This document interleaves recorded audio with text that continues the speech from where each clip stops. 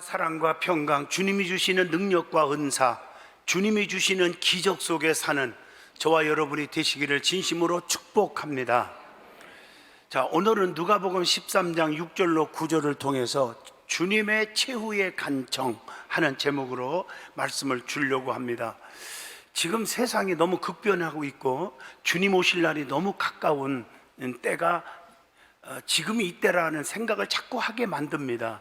때와 기한은 아버지 권한에 있으니까 우리는 알 수가 없지만 반드시 주님이 이 땅에 알곡과 쭉정이, 가라지와 열매, 그리고 천국 지옥 이렇게 심판하러 올 날이 얼마 안 남은 이때에 우리가 이 말씀의 비유의 말씀이지만 너무너무 강하게 뜨겁게 와닿게 해주고 있는 말씀이라 여러분들이 집중해서 이 말씀을 들으면서 깊이 깨달음과 결단의 시간 됐으면 좋겠습니다. 유엔이 해마다 발표하는 인류 행복 지수가 있습니다. 세계 250여 개 국가 중에서 매년 상위권에 올라가는 국가들이 있어요. 또 하나는 수도가 코펜하겐이라는 수도를 두고 있는 덴마크가 있고요, 또 오슬로라고 하는 수도를 두고 있는 노르웨이가 있고요, 그 다음에 스톡홀름이라고 하는 수도가 있는 스웨덴이 있습니다. 이 세 나라 중에 동화의 나라로 잘 알려져 있는 덴마크는요, 언제나 세계에서 국민이 가장 행복한 나라 중에 으뜸 국가로 손꼽히고 있는 나라입니다. 애석하게도요, 우리 대한민국은 GS 국가 중에 상위권이 오고 선진 대열에 들어가고 그러지만 죄송하지만 행복지수가 바닥을 치고 있는 게 대한민국입니다. 이 말은 아무리 돈이 많고 아무리 명예와 권세가 있고 지식이 많아도 행복지수하고는 전혀 다르다는 거예요. 우리는 행복한 삶을 사셔야 합니다. 이것이 축복이에요. 덴마크가 왜 행복지수가 그렇게 높을까? 그 이유가 뭐라고 짐작이 가십니까? 그들의 문화 속에는 얀테의 법칙이라는 게 있습니다. 얀테의 법칙. 덴마크는 이상적인 그런 복지국가이기도 합니다.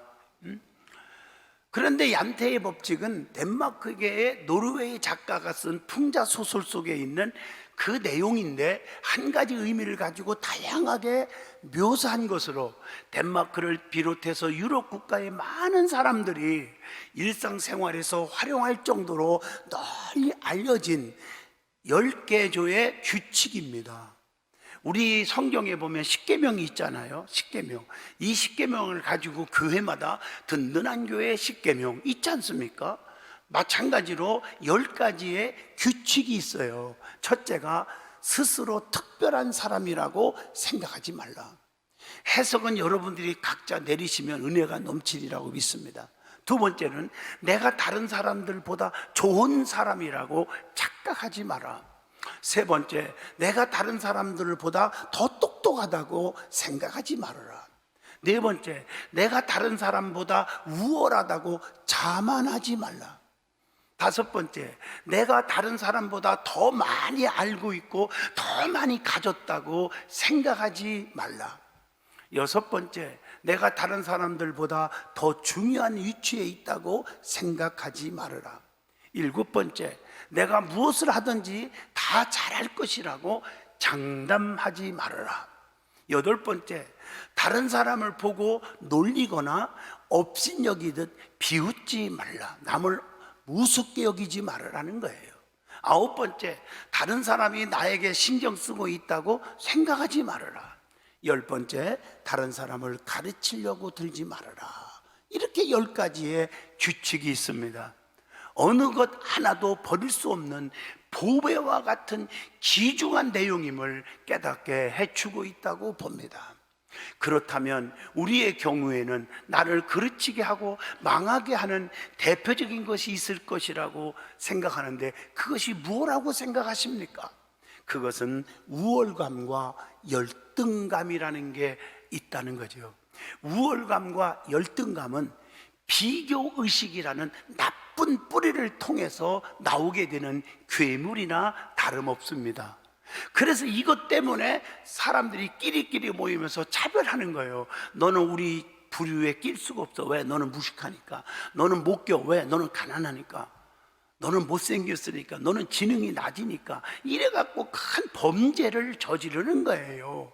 남들과 비교해서 내가 특별하다고 생각하는 그 생각으로 탄생되는 첫 번째가 뭐냐? 우월감입니다. 거기에 미치지 못했을 때 태어나는 두 번째가 바로 열등감이라는 것입니다. 우리가 우월감과 열등감에 빠지지 않으려면 위에서 소개한 얀테의 법칙 10가지를 명심 또 명심 또 명심하면서 살아가면 좋겠다는 생각을 하게 됩니다. 우리가 성경을 읽어보면 입술로만 주여 주여 하는 자가 천국에 들어가는 것이 아니라 다만 아버지의 뜻대로 행하는 자가 천국에 간다고 마태복음 7장 21절에 분명히 말씀했고, 요한복음 3장 5절에 성령 받아서 거듭나야 천국에 간다고 말하고 있습니다. 여러분, 천국이 안 믿어지면, 지옥이 안 믿어지면 교회 나올 이유가 전혀 없고, 여러분들이 이렇게 찬양대에 앉을 이유도 없고, 예배 드릴 이유도 없고, 제가 목사할 이유가 없습니다. 분명히 천국과 지옥이 있습니다. 우리 주님은 열매가 없이 잎만 무성한 무화과 나무를 저주하셨습니다. 좋은 나무는 겉보고 판단하지 않습니다. 열매를 보고 판단하는 것입니다. 좋은 나무는 좋은 열매를 맺고 나쁜 나무는 나쁜 열매를 맺는 거 다 알고 있습니다. 좋은 성도는 좋은 열매가 많고 나쁜 성도는 나쁜 열매가 많습니다. 주변을 살펴보면 그렇습니다. 좋은 성도는 항상 주변에 착하고 겸손하고 온유하고 섬기고 이런 분들이 몰려와요. 그런데 그렇지 않은 분들은 반대급부의 성도들끼리 모이는 거예요. 그걸 보고 내가 좋은 성도가 아니구나, 내가 나쁜 성도가 아니구나, 이렇게 판단할 수가 있는 것입니다. 성도들에게 말과 행동으로 상처 주고 시험거리를 만들어서 주님의 마음을 찢어지게 하고 주의 종의 가슴에 피멍들게 하게 되지요. 교회 생활과 또 신앙생활을 열심히 할수록 잘못하면 교만해지면 자기만 손해보는 것입니다. 벼이삭이 영글고 영글을수록 열매가 쫙 맺힐수록 고개를 팍팍팍팍 숙이는 법입니다. 오늘 본문 말씀은 한 사람이 포도원에 무화과 나무를 심어놓고 열매 맺기를 기다렸습니다. 그런데 열매를 맺어야 할 결실의 시기가 왔는데 열매가 없는 거예요. 2년, 3년을 참았어요. 기다려 주었습니다. 그런데도 불구하고 열매가 없었습니다. 그래서 주인이 포도원 지기를 보고 다 찍어버려라. 어찌 땅만 버리느냐? 시간만 낭비하고 있느냐?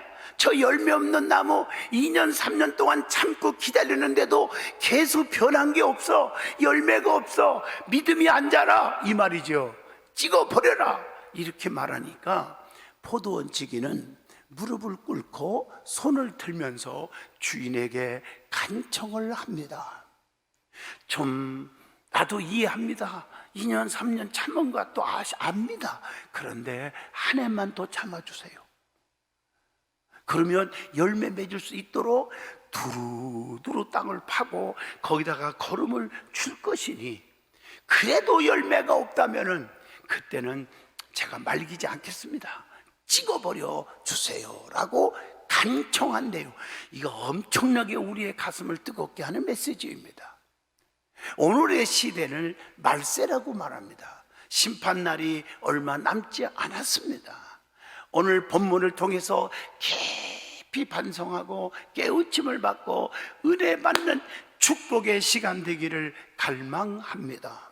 제일 먼저 오늘 본문에 등장하는 장면 속에서 비유적 그 의미를 알아야 한다는 거예요. 자, 그러면 이 말씀의 비유적 의미를 알고 나면 엄청난 깨우침이 와요. 첫째, 포도원 주인이 등장합니다. 한 사람이 포도원에 무화과 나무를 심었다고 했습니다. 본문 누가복음 13장 6절입니다. 여기서 한 사람은 포도원 주인입니다. 포도원 주인이 누굴까? 영적으로 하나님 아버지이십니다. 아버지 하나님은 열매를 원하시는 거예요. 열매가 없을 때 2년, 3년 동안 참으면서 열매를 기대하고 있습니다.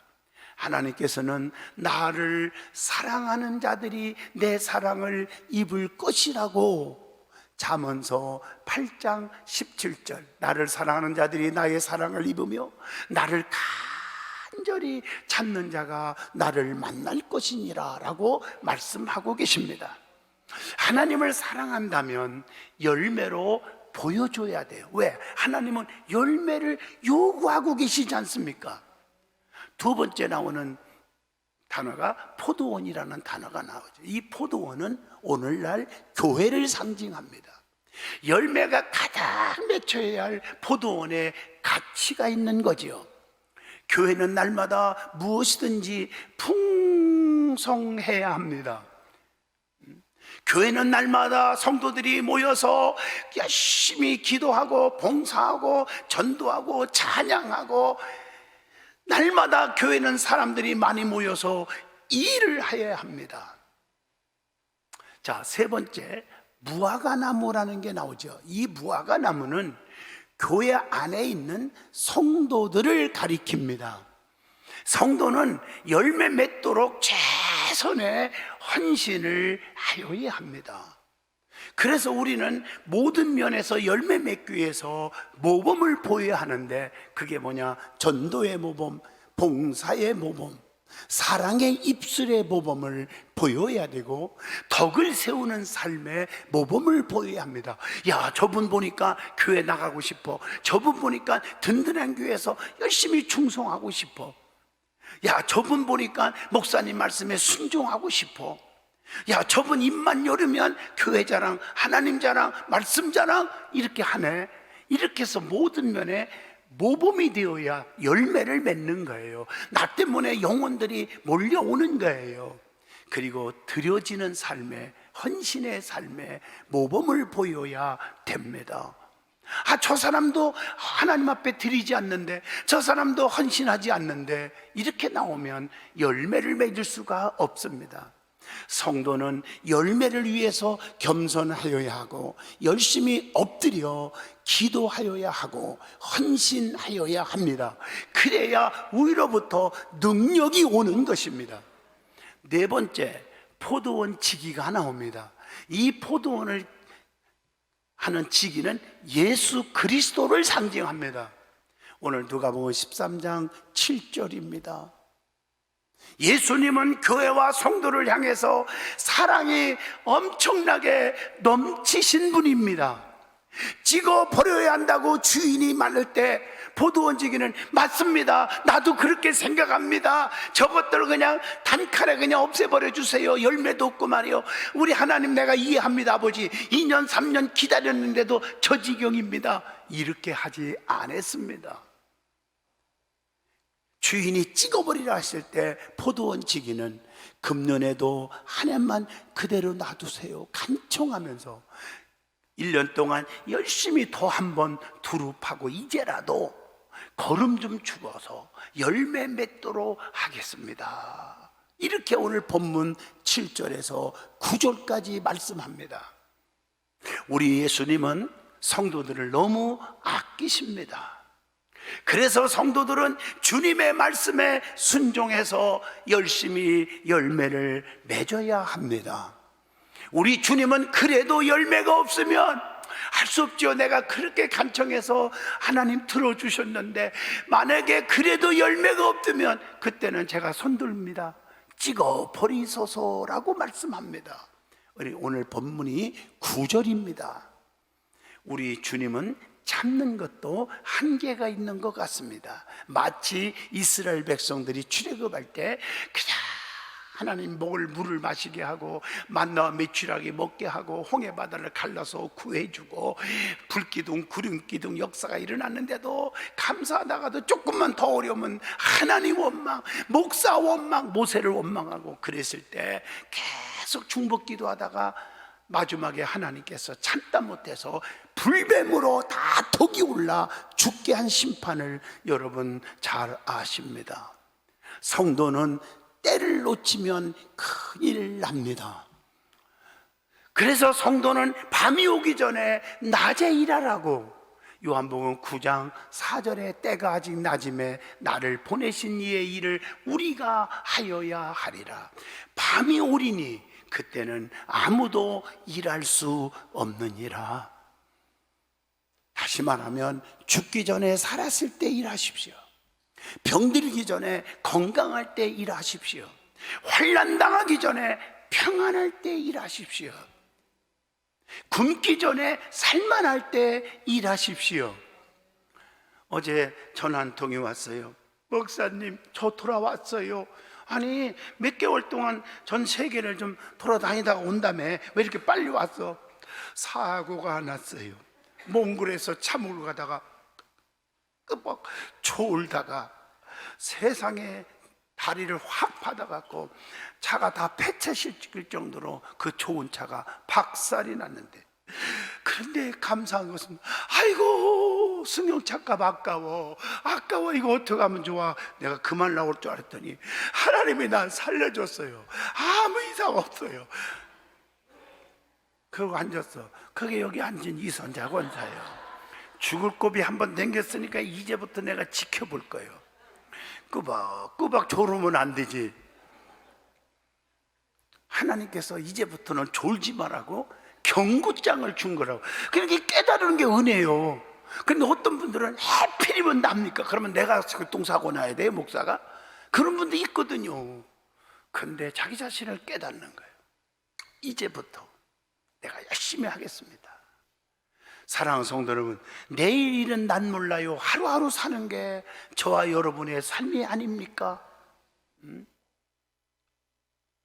두 번째 은혜 받을 말씀은 오늘 본문을 통해서 주시는 교훈이 있습니다. 한 사람이 포도원에 무화과나무를 심었다고 하는 얘기입니다. 3년 동안이나 기다리는데도 열매가 없으니 찍어버리라고 명령을 합니다. 본문 7절입니다. 열매 없는 무화과나무는 찍어버리는 거예요. 주님이 너무 시장에서 가보니 입만 무성하고 열매를 먹고 싶은데 열매가 없었어요. 성도는 주님이 원하실 때 열매를 보여줘야 합니다. 어떤 분은 돈을 많이 벌어놓고요, 헌신할게요. 내가요 건강한 다음에 헌신할게요. 그러면 건강해지고 돈을 많이 버는 다음에 주님이 그거 받겠다 합니까? 여러분, 주님이 능력이 없어서 가난해서 여러분에게 헌신을 요구하는 게 절대로 아닙니다.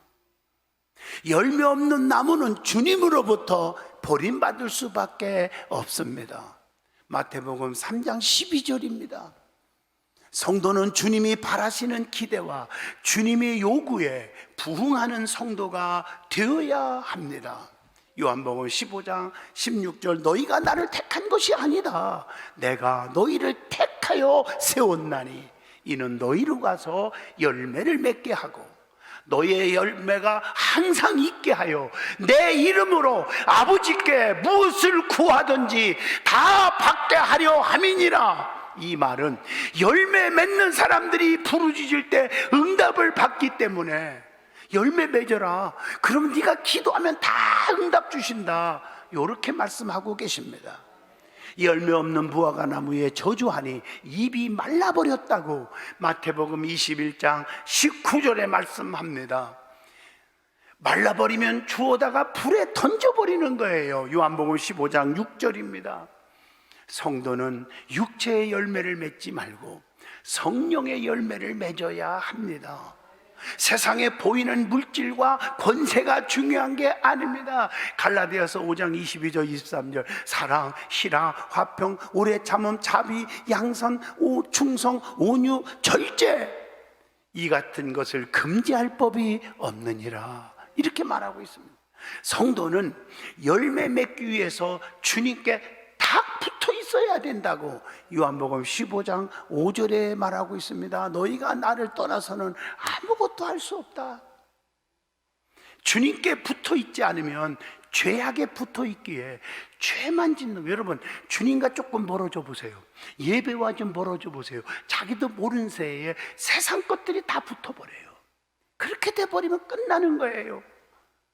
그래서 교회 안에 항상 주님께 붙어 있어야 되고, 교회에서도 말꾼, 구경꾼, 일꾼 신자가 있는데 일꾼 신자가 되기를 축복합니다. 말꾼, 구경꾼 신자는 열매가 없어요. 일꾼 신자는 열매를 많이 맺는 거예요. 일꾼 신자는 첫째, 말이 없습니다. 환난과 핍박을 받아도 참습니다. 겸손합니다. 오직 주님만 바라보고 시험 들지 않습니다. 히브리서 12장 2절의 말씀입니다. 그리고 늘 교회 중심, 담임 목사 중심, 항상 신앙생활에 흔들리지 않습니다. 교회가 좀 부족해도 사람들에게 교회를 막 자랑합니다. 목사가 좀 부족해도 우리 목사님 최고라고 자랑해주는, 그것이 바로 기둥신자입니다.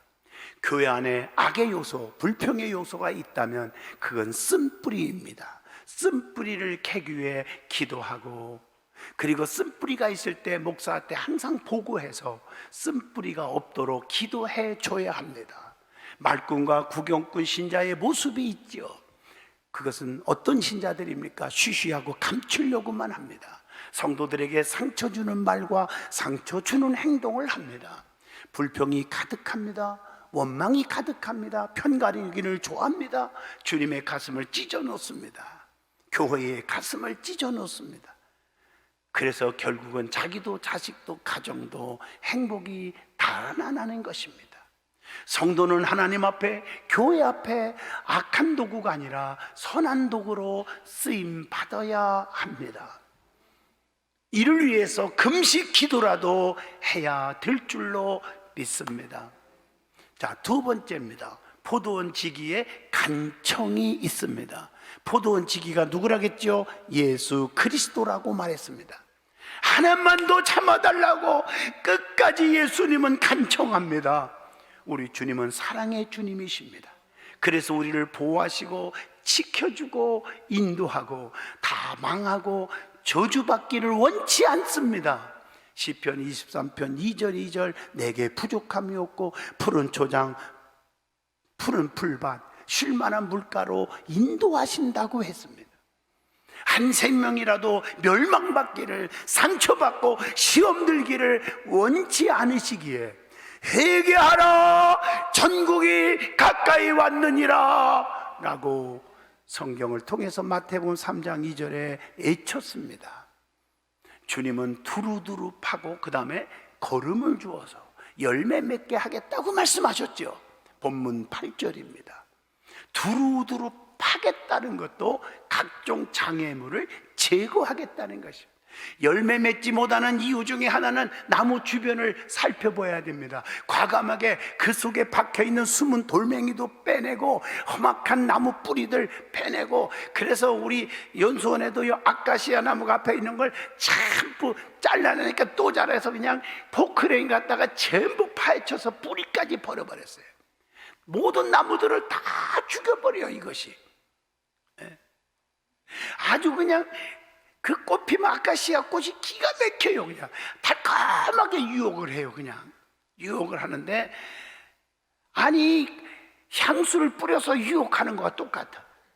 근데 모든 나무 주변을 다 죽여버려. 그래서 없애버렸어요. 저 잘했죠?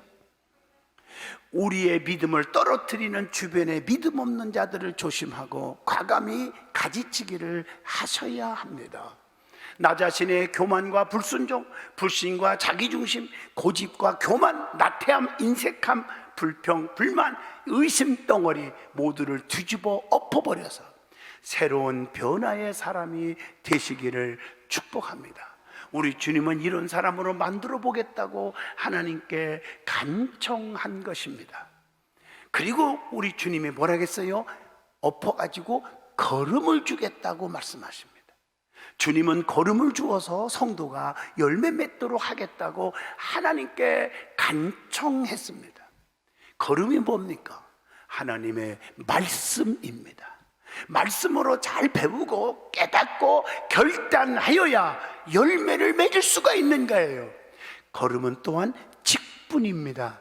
직분을 잘 감당하도록 사명감을 불어 넣어주겠다는 말씀. 네가 맡은 직분이 너무 귀한 거다. 잡사가 아니고 집사다. 골마 터진 곰사가 아니고 권사다. 구역질하는 자가 아니라 구역장이다. 너는 바른 교사다. 이걸 넣어주겠다고 하는 얘기입니다. 걸음이 있어야 모든 게 잘 자라는 거 아니겠습니까? 걸음은 또한 주님의 축복입니다. 축복을 주어서 잘 자라도록 하겠다는 거예요. 우리 주님의 은혜와 축복 속에 우리가 살면서 은혜를 모르니까 계속 열매를 맺지 못하는 거예요. 하나님의 축복, 내가 나딘 것은 하나님의 은혜지 내가 잘나서 노력해서 경험 아니에요. 여러분, 건강 주신 거 축복이잖아요. 물질 주신 거 축복이잖아요. 자녀들이 잘 되는 거 축복이잖아요. 포도원 지기인 예수님은 이렇게 노력해서 걸음 주고 땅을 갈아엎어서 잘 쓸데없는 거 버리고 해서 그렇게 열심히 할 텐데, 그렇게 노력해서도 열매가 없다면 하나님께 두 손 드는 거예요. 찍어버리겠다. 찍어버려도 된다고 이렇게 부탁하는 거예요. 9절에. 지금이 때가 임박한 추수 때입니다. 성도는 주님을 끝까지 실망시키면 안 됩니다. 변화받도록 기도하고 노력하여야 합니다. 성도들끼리 시험에 빠지고 실망시키고 목사에게 실망시키고 이게 중요한 게 아니라 예수님께 실망시키지 않기를 바랍니다. 계속 열매가 없으면 어떻게 해요? 심판이 있다는 거예요. 어떤 심판일까? 깜짝 놀랐어요. 나는 성경 보다가 촛대가 옮겨진다. 계시록 2장 5절입니다. 또 있는 것도 나중에는 있다고 자랑할 것도 없어 빼앗기리라. 마태복음 25장 28절로 30절. 그러면 어떻게 하려고 합니까? 축복이 이어져야 하잖아요. 결론적으로 말합니다. 주님의 심판이 얼마 남지 않았습니다. 현실을 보면 잘 압니다. 나중에 후회하지 말고 최후의 주님의 간청을 기억하시고 이제부터 열매 맺도록 최선의 헌신을 하셔야 합니다. 예배가 회복되어야 합니다. 기도 생활, 말씀 생활 성공하시기를 바랍니다. 새벽기도, 철야 예배, 기도에 하나님 것을 온전히 드리는 11조 생활, 세상줄을 끊어버리고 가지치기 잘해서 주님만 바라보고 교회 중심, 목회자 중심, 말씀 중심으로 사셔서 열매 맺고 착하고 충성된 종아, 칭찬 듣는 성도가 되시기를 진심으로 축복합니다. 기도합니다. 걸어가신 하나님, 주님의 최후의 간청, 오늘 귀한 말씀 너무 가슴을 찔리게 합니다. 주여, 때가 임박한 때에 많이 참아주신 아버지, 그래도 우리 주님은 1년을 더 참아달라고 부탁해갖고 이제라도 우리가 변화되기를 원하고 계십니다. 다시 한번 다짐하고 믿음이 회복되고 봉사가 회복되는 저들 되게 하여 주옵소서. 그래서 저들이 건강해지게 하시고 저들에게 엄청난 형통의 복을 주시옵소서. 예수님 이름으로 기도합니다. 아멘.